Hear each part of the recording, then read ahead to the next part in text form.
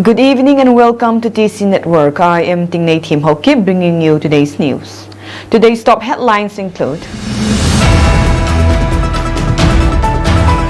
Kuki Students Organization condemns Delhi University over Dr. Saileen Hokip's removal from Literature Festival 2025.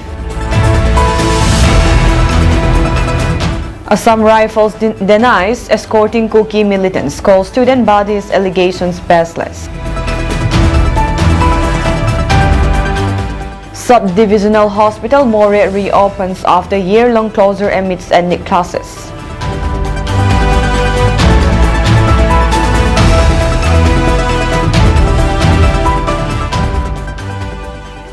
News in details. The Kuki Students Organization Delhi and NCR have strongly condemned the removal of Dr. Saileen Hokip from the Delhi University Literature Festival 2025, calling it a blatant act of academic censorship and an attack on free speech. Dr. Hokip, a spokesperson for the Kuki community, was scheduled to participate in a panel discussion titled "The Great Game is the Northeast Cauldron." However, he was reportedly removed at the last minute due to alleged pressure from Meitei groups. The Kuki student body claims that his exclusion was politically motivated and reflects a broader pattern of suppressing minority voices. According to KSO Delhi and NCR, Dr. Hokip's removal was the result of fabricated allegations by Meitei groups seeking to silence perspectives that challenge their narrative. Delhi University, which should stand as a bastion of free speech, has instead bowed to external pressure and denied a key stakeholder the opportunity to speak, the organization stated in its press release. The group further argued that the university's action contribute to the marginalization of Kuki community, whose historical and contemporary struggles are often ignored in mainstream discourse. This exclusion is not just about one individual, it is a part of a systemic pattern where Kuki voices are deliberately erased, the statement added. The incident has spurred concerns over the state of academic freedom in India's premier institutions.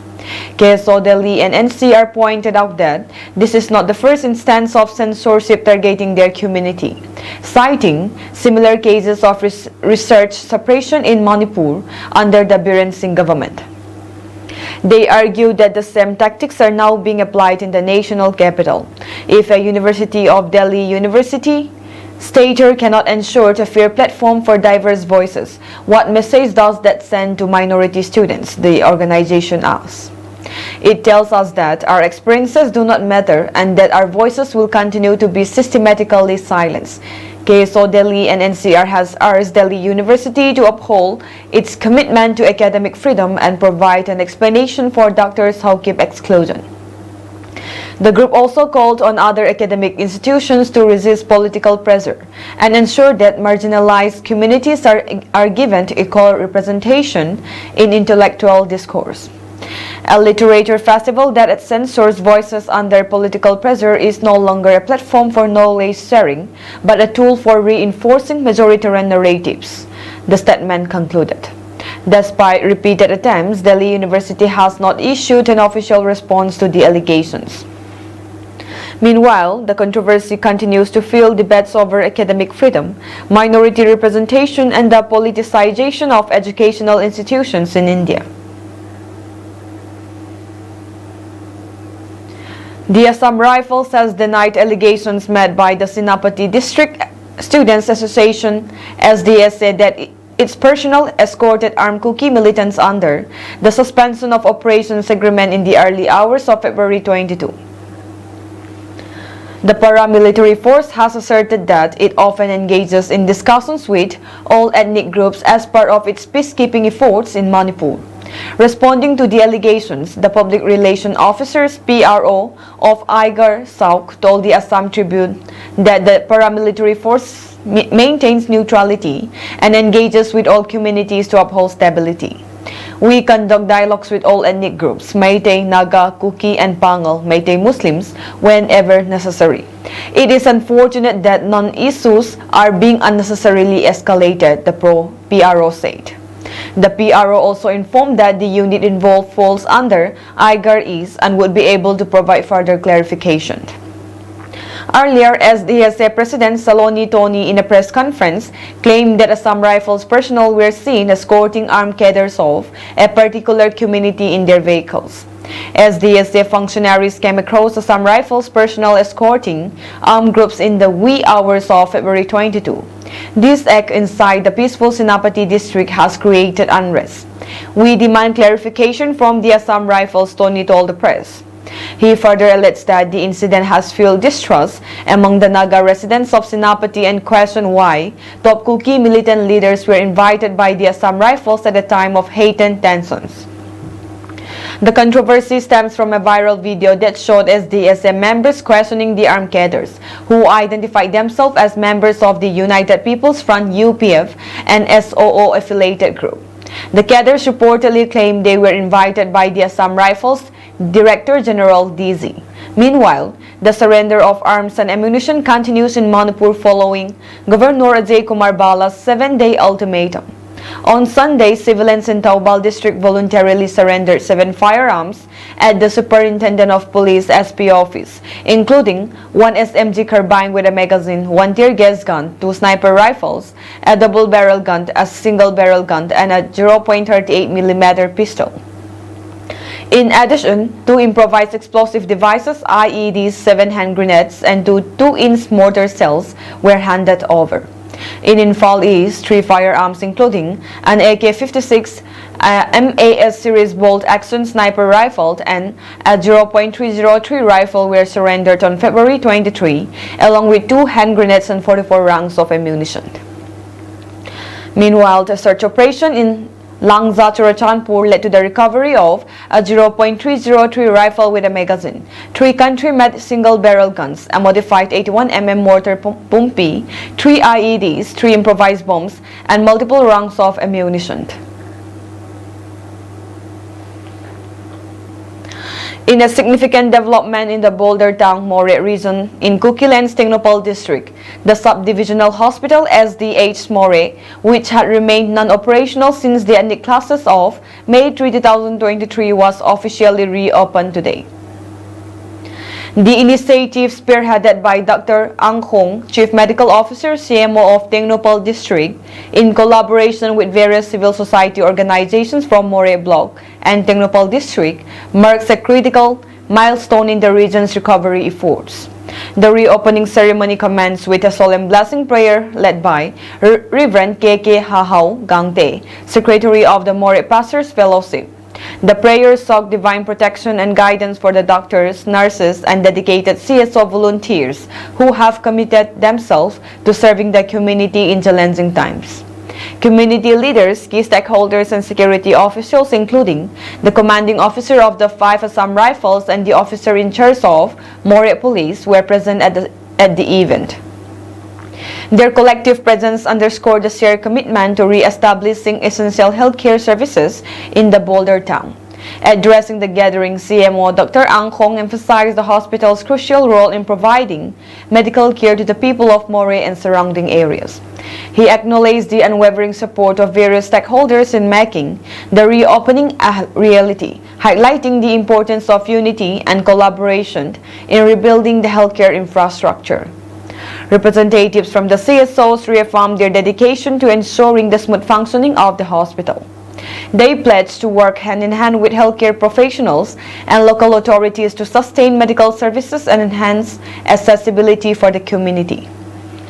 The reopening of SDH More is a beacon of hope for the people of the region, symbolizing resilience and collective efforts in the face of adversity.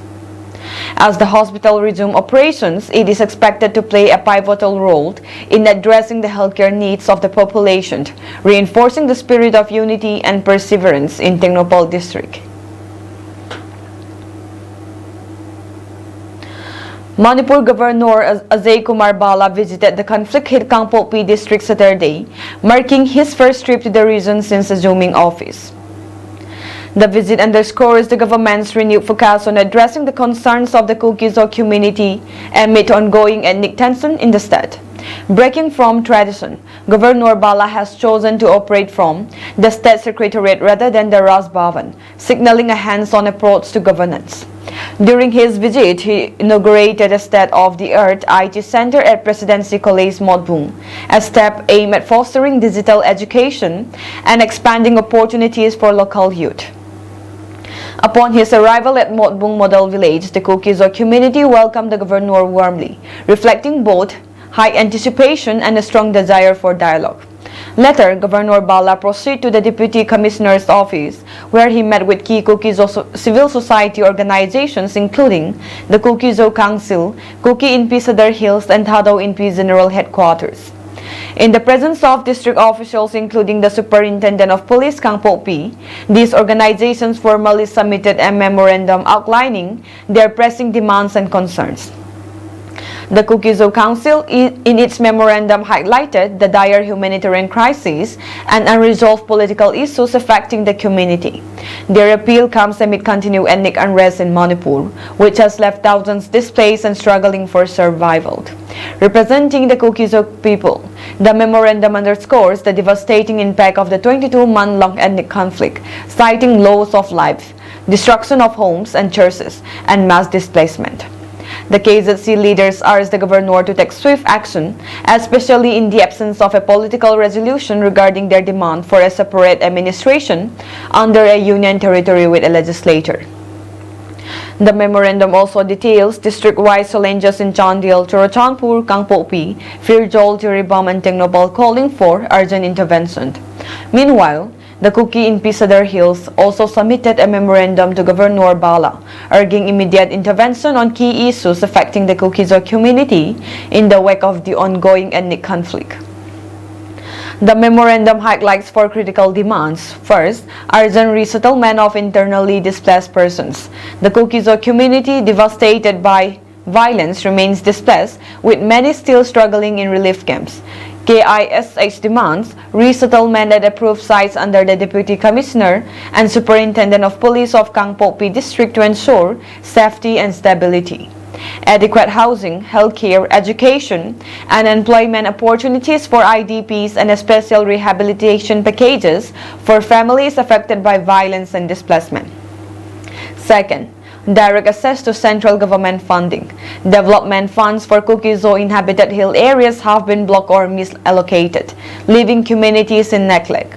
KIS demands direct access to central government agencies like the Northeastern Council NEC and the Ministry of Tribal Affairs for infrastructure and welfare funding.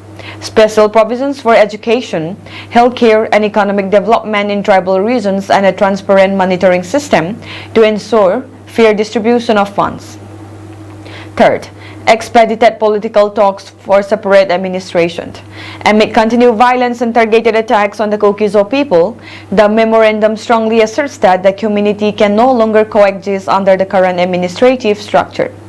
KIS calls for accelerated negotiations for a separate administration for the Kukizo people and official recognition of the Kukizo community's right to self-governance and political autonomy, and direct engagement with the government of India to fast-track a political solution.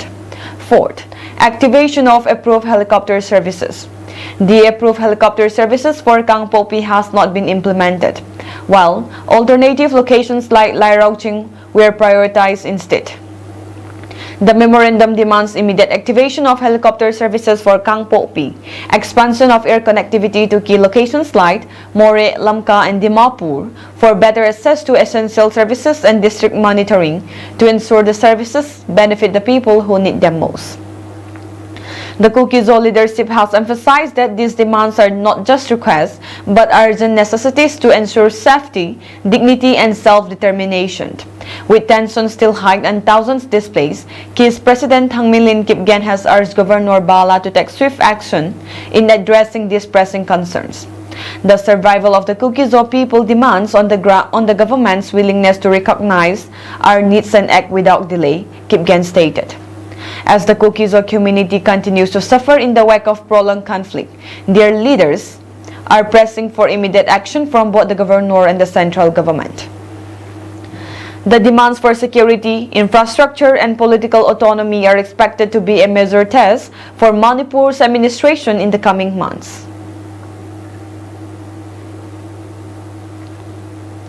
Indian paramilitary forces assisted by the police averted potential terror incidents by recovering and destroying 8 improvised explosive devices weighing around 39 kilograms in the Tengnoupal district of Kukiland, bordering Myanmar. The Inspector General of Assam Rifles SAU confirmed that a joint operation by the Assam Rifles and police averted potential terror incidents by recovering and destroying the IEDs at different strategic locations during the past 36 hours. Official reports stated that the explosive devices were uncovered during the routine search and area domination operations in the fringe and vulnerable areas in the border district of Tengnoupal with Myanmar on the south. The report stated that 2 detonators weighing 22 kg, 1 detonator 7 kg, 1 detonator 6 kg, and 1 detonator 4 kg, total weighing 39 kilograms were detected at the Mauzang village in general of area, H. Munnom village, under the Moria police station in Tengnoupal district. The IED suspected to be unstable were consequently destructed at the spot by the bomb disposal team. In another case, the joint team recovered a country-made Lethot, 8 IEDs, 3 Pumpi shells, and a radio set Baofeng from the general area of Leibi, Hunau under the same police station. Police said that necessary FIRs are registered for legal actions. A key figure of the underground Chin Kuki Mizo Army CKMA, a non-suspension of Operation SOO group, mainly operating along the southern parts of Kukiland bordering Myanmar and Mizoram, was apprehended along with some incriminating items. A statement from the defense wing stated that the arrest and seizure were met in an intelligence-based operation jointly conducted by the Indian Army and Assam Rifles under the Spear Corps at a hiding place in Kukiland's Churachandpur district over the past 35 hours. The operation was launched after receiving credible intelligence, including technical inputs. Upon receiving the intelligence, the Assam Rifles team mobilized their units, tracked the individual, surrounded him, and took him into custody. During initial questioning, his involvement in illegal activities was confirmed. The apprehended individual and the recovered items have been handed over to the police. However, the name of the captured individual has been withheld. The SOOPEG is a peace agreement between the central government and the 25 underground groups belonging to Kuki community, mainly operating in Kukiland. Security forces dismantled 2 illegal bunkers in Chingmang and El Champai village under Leimakong police station, Kangpopi district, Manipur on February 23. Extensive search operations and area domination exercises were carried out across vulnerable and fringe regions in both the Hill and Valley districts to reinforce stability. Meanwhile, authorities facilitated the movement of 314 vehicles carrying essential goods along National Highway 2. To ensure uninterrupted transit, stringent security measures have been implemented in vulnerable locations, with security convoys deployed along sensitive stretches. Additionally, 110 NACA's checkpoints were set up across different districts of Manipur, spanning both hill and valley areas. No individuals were detained for violations during these security checks.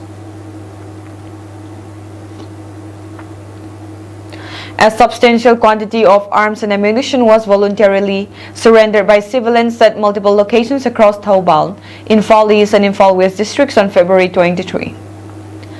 Additionally, security forces carried out intensive search operations in vulnerable areas, leading to the recovery of various weapons and explosives.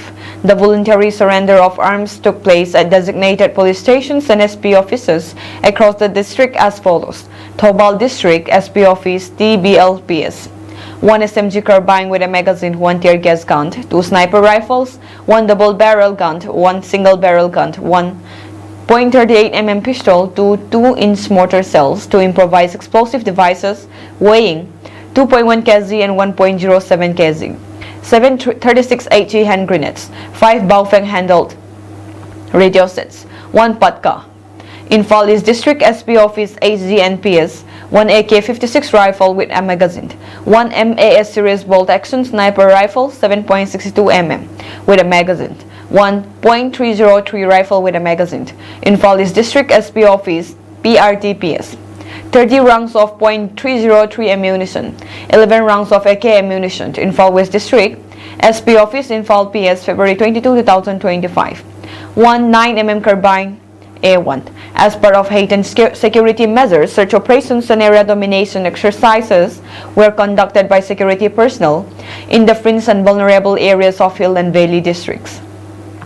A major operation in Lanza under Churachandpur Police Station, Churachandpur District, led to the recovery of 1.303 rifle with a magazine, 3 country-made single-barrel guns, 1 high trajectory modified 81mm mortar Pumpi, 2 country-made IEDs weighing approximately 500 gram each, 1 country-made IED weighing approximately 1 kg, 3 modified .303 live rounds, 1 live round of 81mm mortar, 3 improvised country-made bombs, 3 improvised Pumpi ammunition. Authorities have reiterated their commitment to maintaining law and order and urged the public to continue cooperating with security forces in ensuring peace and stability in the region.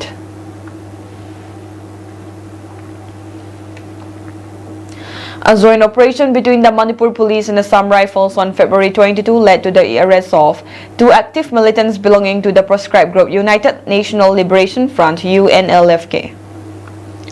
Acting on specific intelligence, the police launched an operation and arrested the duo for involvement in extortion of money from general public shops and transport vehicles. The arrested individuals have been identified as Wangkhem Rohit Singh, 18 years, and Thangzam Nongan Meite, 18 years. The police also recovered 2 mobile phones. In another operation carried out on the same day, security forces dismantled 2 illegal bunker at El Munlai to Harautel village under Leimakong Police Station, Kangpopi District. Earlier on February 21, the Manipur Police arrested 1 individual from General Post Office in Infal West District for trying to parcel mail about 2.920 kg suspected to be ganja or marijuana. The arrested individuals was identified as Akoizam Sachin Singh, 27.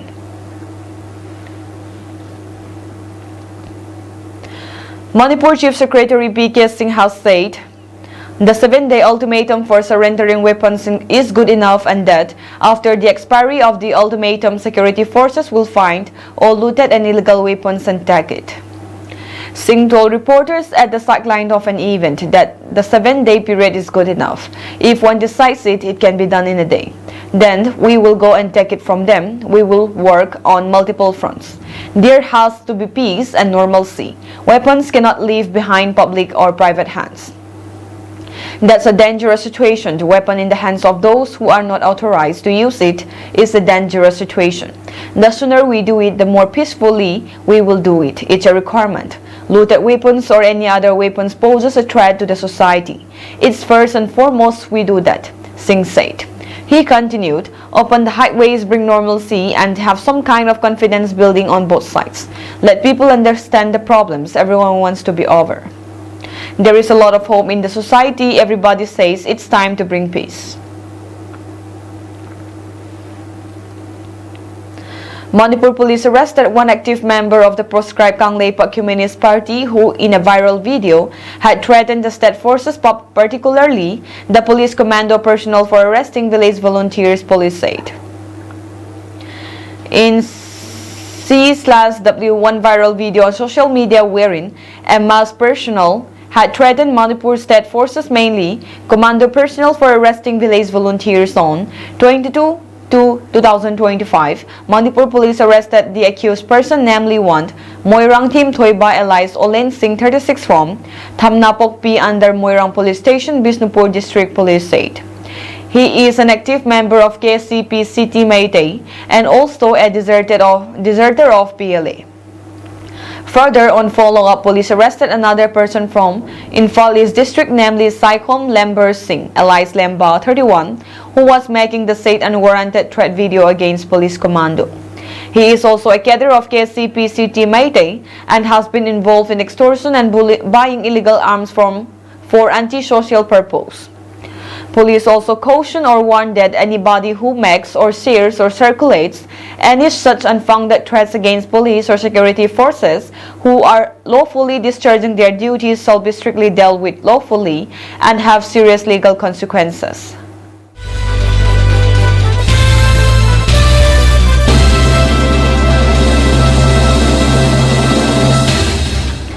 In a grim comment on the possibility of survivals in the SLBC project tunnel collapse, Telangana Minister J. Krishna Rao said on Monday that rescue workers shouted the names of 8 trapped workers but did not get a response.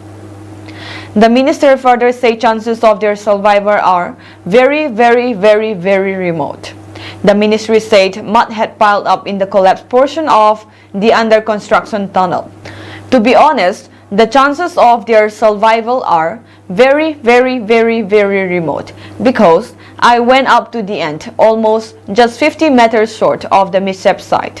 When we took photograph, the end of the tunnel was visible, and out of the 9-meter diameter of the tunnel, almost 30 feet out of that 30 feet mud has piled up to 25 feet, he told PTI. When we shouted their names also, there was no response, so there is no chance at all, he added. The minister said that a team of red miners who rescued the construction workers trapped in the Silkyara tunnel in Uttarakhand in 2023 has joined rescue efforts. He said it would take the rescue workers 3 to 4 days to reach the trapped workers because muck and debris are impeding their progress. Krishna Rao said the process of clearing the debris is underway.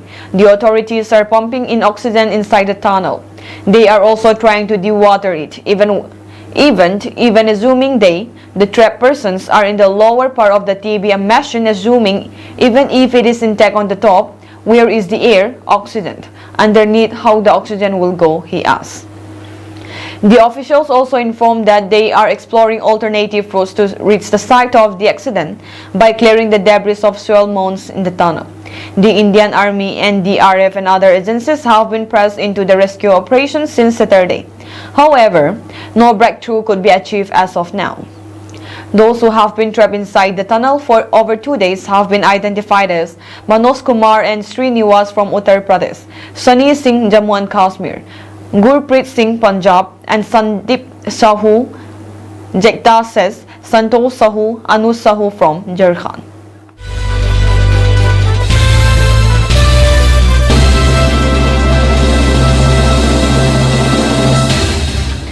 Defying Kyiv and its European allies, Washington plans on Monday to submit to the UN Security Council and General Assembly a draft text that calls for a swift end to the Ukraine conflict but makes no reference to its territorial integrity, in an early test of Donald Trump's muscular approach to the crisis. Since Russian forces invaded Ukraine 3 years ago, the balance of power at the United Nations has been clear. The General Assembly, representing all members, has clearly and overwhelmingly supported Ukraine's sovereignty, while the 15-member Security Council has been paralyzed by Russia's veto power. But Trump's return to the White House last month has brought a dramatic reshuffling of the diplomatic cards, as he attacks a clear rapprochement with the Kremlin while dismissing his Ukraine counterpart, the severely pressured Volodymyr Zelensky, as a dictator. Against this tense diplomatic backdrop, Ukraine and more than 50 other states are planning on Monday, the 3rd anniversary of the Russian invasion, to introduce a text before the General Assembly saying it is urgent to end the war this year and clearly repeating the Assembly's previous demands on immediate cessation of Russian hostilities against Ukraine and an immediate withdrawal of Russian troops. Amid heated speculation that the United States might abstain from the General Assembly vote expected around midday, Washington generated widespread surprise Friday by proposing a competing text. The U.S. resolution is simple and historic, Secretary of State Marco Rubio said late Friday as he urged member states to approve it. The tersely worded U.S. draft implores a swift end to the conflict and further urges a lasting peace between Ukraine and Russia. It makes no reference to Ukrainian territorial integrity, a cornerstone of the previous resolutions passed by the Assembly, with the United States under former President Joe Biden among its strongest supporters.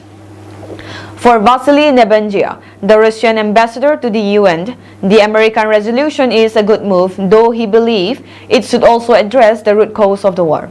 According to diplomatic sources, the American delegation plans to submit that text to a Security Council vote set for 3 p.m. 200 GMT Monday, according to the Chinese presidency of the Council. The vote will place European delegates in an awkward position. To be adopted, a resolution needs the votes of at least 9 of the 15 Security Council members, will not being vetoed by any of the 5 permanent members, the United States, Britain, France, Russia, and China. I do not see how Paris and London can support a text that is so far from their stated positions on Ukraine, but I also do not see how they can veto it, Richard Gowan of the International Crisis Group told AFP. Predicting the outcome of the diplomatic confrontation in the General Assembly is not easy. While some Europeans are deeply unsettled by the American approach, several UN member states have grown tired of the constant attention to the Ukraine, and some Arab countries have not forgotten Kiev's refusal to support their resolutions on Gaza. For the Europeans, the competing votes will be a test of their standing in the multilateral system. At the same time, Kiev could be left increasingly isolated if it draws too little support, Gowan said. That is all for today's news, and have a pleasant evening ahead.